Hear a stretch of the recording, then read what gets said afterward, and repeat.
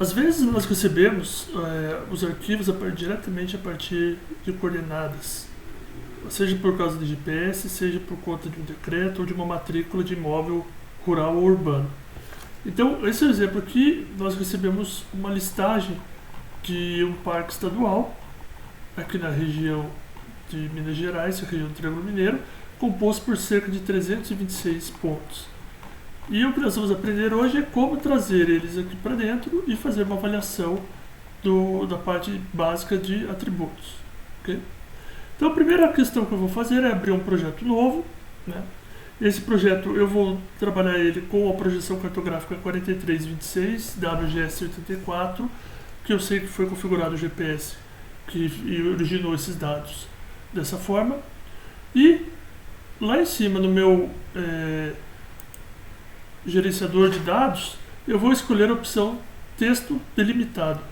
Tá? O meu arquivo aqui então ele está em formato TXT, separado por vírgulas. Então eu tenho aqui identificação, latitudes e longitudes decimais. Okay?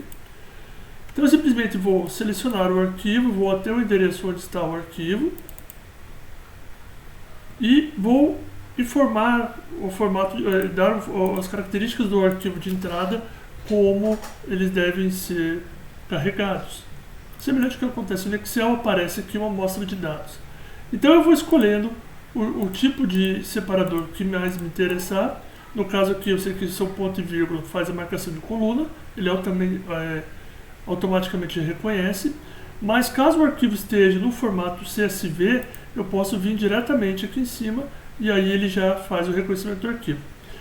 Nesse nosso caso, o arquivo foi salvo em TXT, Unicode, então nós vamos ter que dar expressão de delimitadores personalizados. E sabendo que o ponto e vírgula fazem a diferenciação entre colunas, então nós vamos informar aqui ponto e vírgula com o separador de coluna.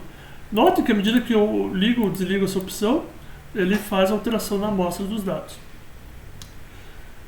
A segunda parte aqui é a opção de gravações de campos e dados.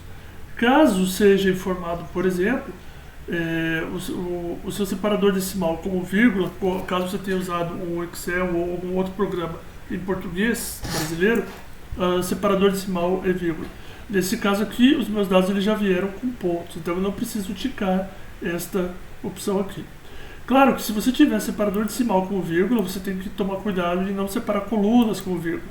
Então notem aqui, no formato de arquivo, estamos trabalhando com a estrutura do arquivo, as colunas e os registros. Ao passo que nas opções de gravações de campo, nós passamos a trabalhar com a identificação dos dados que estão contidos aqui dentro. Eventualmente, se eu obtenho dados que têm um cabeçalho, eu posso pedir para eliminar algumas linhas, alguns campos desta tabela.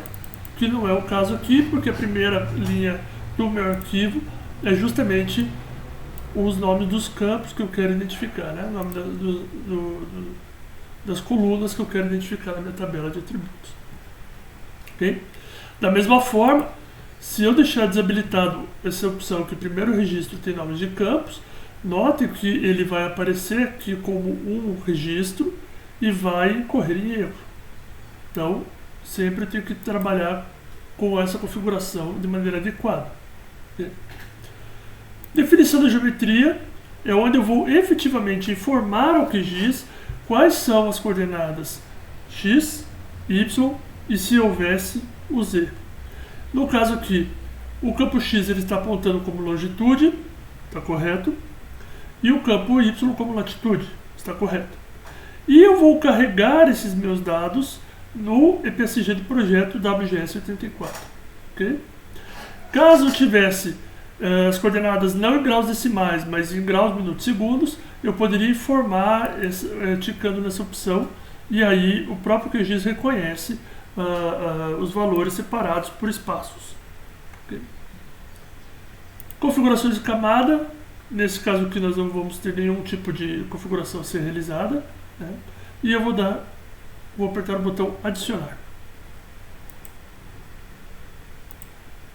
Automaticamente ele aparece, as opções estão aqui, né? E agora, o que está sendo demandado? Está sendo demandado qual é a área de amortecimento desse parque estadual. Para quem não conhece, aqui os parques estaduais são regidos pelo Sistema Nacional de Unidades de Conservação, o SNUC, que pode ser encontrado aqui no Ministério do Meio Ambiente. Nesse caso, eles definem que as áreas de amortecimento, ou seja, as áreas que têm que ser preservadas, são de em torno de 2 km em torno dos parques estaduais. Então a primeira coisa que eu tenho a fazer aqui é encontrar qual é a área do meu parque, efetivamente, ou seja, qual é o polígono que define os limites do meu parque, e depois qual é essa área de amortecimento. Okay? Então, olhando aqui na minha primitiva pronto, eu vou abrir minha tabela de atributos, e o que eu tenho aqui listado é simplesmente os valores que estavam na tabela. A minha UID, minha feição de identificação da minha feição, do meu ponto, e a coordenada latitude e longitude. Ora, existem plugins que podem ser utilizados, mas nós vamos ficar apenas atentos aos algoritmos do QGIS. O primeiro deles, então, nós vamos trabalhar com pontos para linhas. Então, no menu Criação de Vetor, você vai encontrar o algoritmo pontos para linhas. Ao abrir esse aqui, você vai informar quem é o seu dado original, quais são a camada, no caso aqui a camada Shapefile, que contém os pontos desses vértices que foram levantados lá em campo ou foram passados para nós. A ordem expression, ela, apesar de ser opcional, ela é um comando importante porque ela vai fazer a ordem que esses pontos devem ser traçados.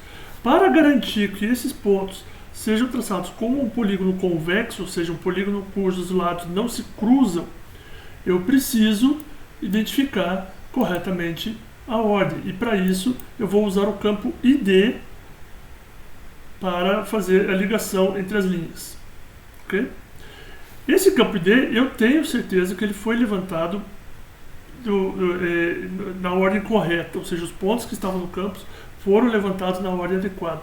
E aí, esse meu registro dos pontos aqui, o ID, então, foi colocado de maneira adequada. E aí eu vou deixar, como o meu interesse é o polígono e não as linhas em si, eu vou deixar essas camadas temporárias para serem entregues. Então eu vou apertar executar. E rapidamente o que a gente percebe é que foram feitas ligações entre os vértices do meu lado, apesar de que aqui ficou aberto, né, sendo necessário aqui fazer um fechamento. Okay? E ele salva essa informação aqui como se fosse caminhos, tá? Ele salva como caminhos, ele não salva como linhas. Muito bem. Seguindo agora, eu posso aplicar um outro algoritmo que vai transformar essas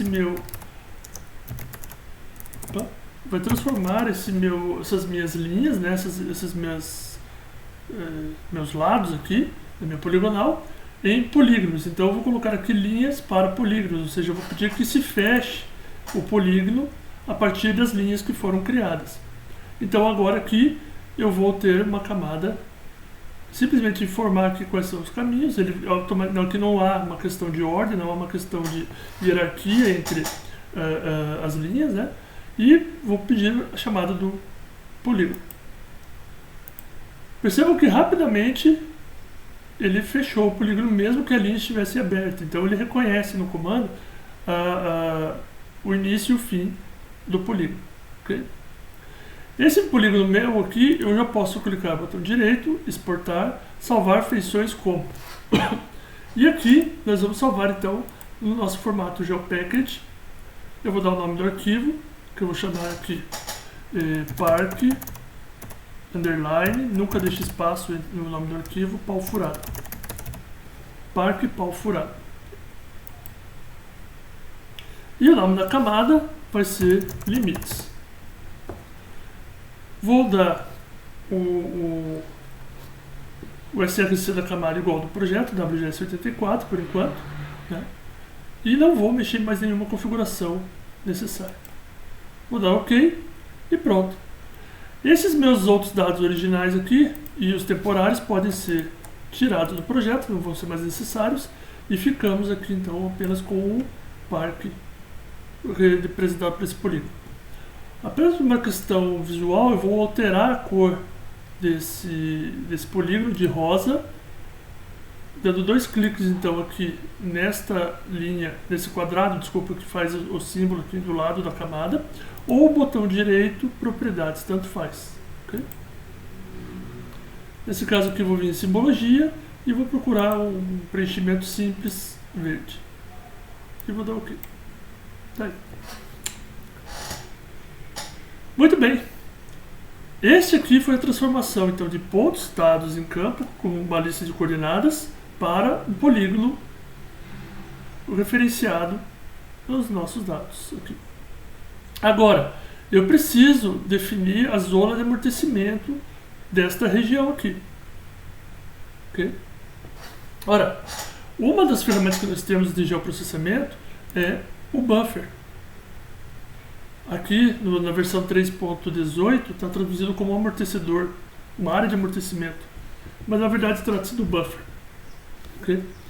Se eu clicar aqui nesse botão, ele vai me perguntar então qual é o polígono que eu quero, qual é a distância e o número de segmentos.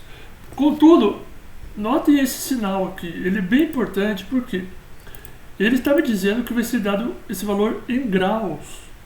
Por que em graus? Ora, porque o SRC definido está em latitude e longitude. Mas considerando que essa aqui é uma área muito pequena, apenas a título de exemplo, eu vou usar a ferramenta de medição aqui, a linha. Nós temos uma área aqui de aproximadamente 11 km no sentido norte-sul e apenas 7 km no sentido leste-oeste. Essa ferramenta aqui eu também poderia usar ela para responder minha pergunta, solicitando que fosse calculado a área do parque, seja em hectares, simplesmente clicando cada uma das posições. Mas concordam comigo que 306 pontos é muito ponto para eu ficar absorvendo esses valores aqui? Mais fácil é fazer o que então? Nós vimos nos outros vídeos a reprojeção de camadas. Eu posso passar isso aqui, esse dado, tirando de latitude e longitude, passando por uma projeção, por exemplo, como o TM, e realizar todos esses cálculos lá. Né? Então, para isso, nós vamos buscar aqui reprojetar camadas, no menu aqui, vetor geral, e aí nós vamos passar ela para, aqui a região nossa é o TM Fuso 22, mas eu já vou passar ela para o Sirgas 2000, que é o referencial brasileiro, o TM Fuso 22 Sul. Então, nós estamos aqui, esse parque estadual fica aqui quase ao lado de Uberlândia, então ele é Fuso 22 Sul. O IPSG dele, dessa camada, é 31982. Okay? Vou executar essa pedida. Novamente, eu sempre acabo passando por camada temporária. Isso simplesmente por uma questão de evitar, caso dê algum problema, não fique um acúmulo de arquivos, né, dentro dos meus dados. E posso retirar esse arquivo do meu projeto. Okay? Então agora aqui eu estou com o arquivo em UTM. Mas o projeto continua lá em WGS84. Então basta que eu venha aqui e selecione também a 31982, ou o que eu considero mais fácil, venho aqui um botão direito no nome da camada, layer da camada, definir projeto a partir desta camada. Feito isso, automaticamente ele, ele altera o código da projeção, e agora as minhas coordenadas, se vocês observarem aqui embaixo, elas vão estar em UTM.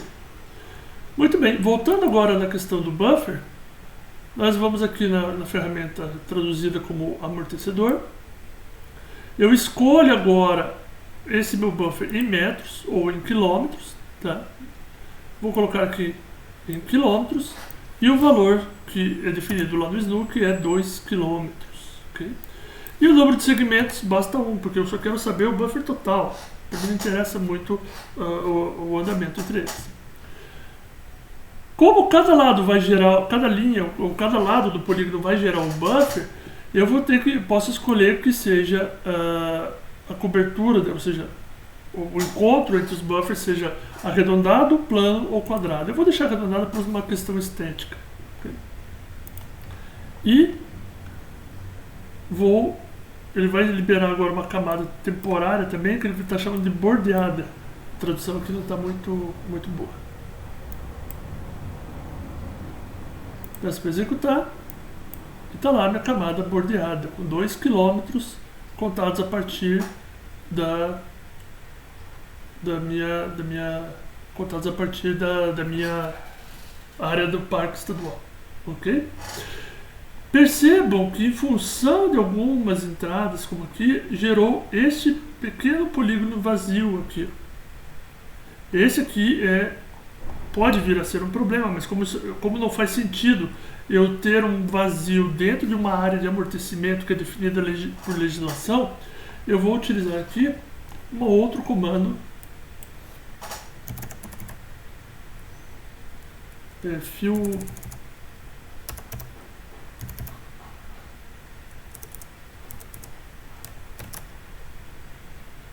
eu estou tomando a partir de uma falha do áudio aqui. Então, o que nós vamos fazer agora é identificar que existe aqui um buraco que ficou em função dessas reentrâncias que eu tenho aqui a ser trabalhado. Ora, um jeito que eu posso fazer é pôr esse arquivo bordeado, né, que seriam os buffers da área de amortecimento, em edição e vir manualmente apagá-lo. Uma outra forma é identificar, por exemplo, através da minha ferramenta de área, qual é mais ou menos o tamanho desta área, lá 238 metros quadrados, e eu venho aqui e peço o algoritmo excluir buracos. Esse excluir buracos, em inglês fill holes, ele vai remover buracos com área menor que, e aí eu posso colocar um valor qualquer aqui bastante alto, ou até mais baixo, assim, 300 metros quadrados, lembrando que esta área é calculada em função da projeção cartográfica, então está em metros, 300 metros quadrados.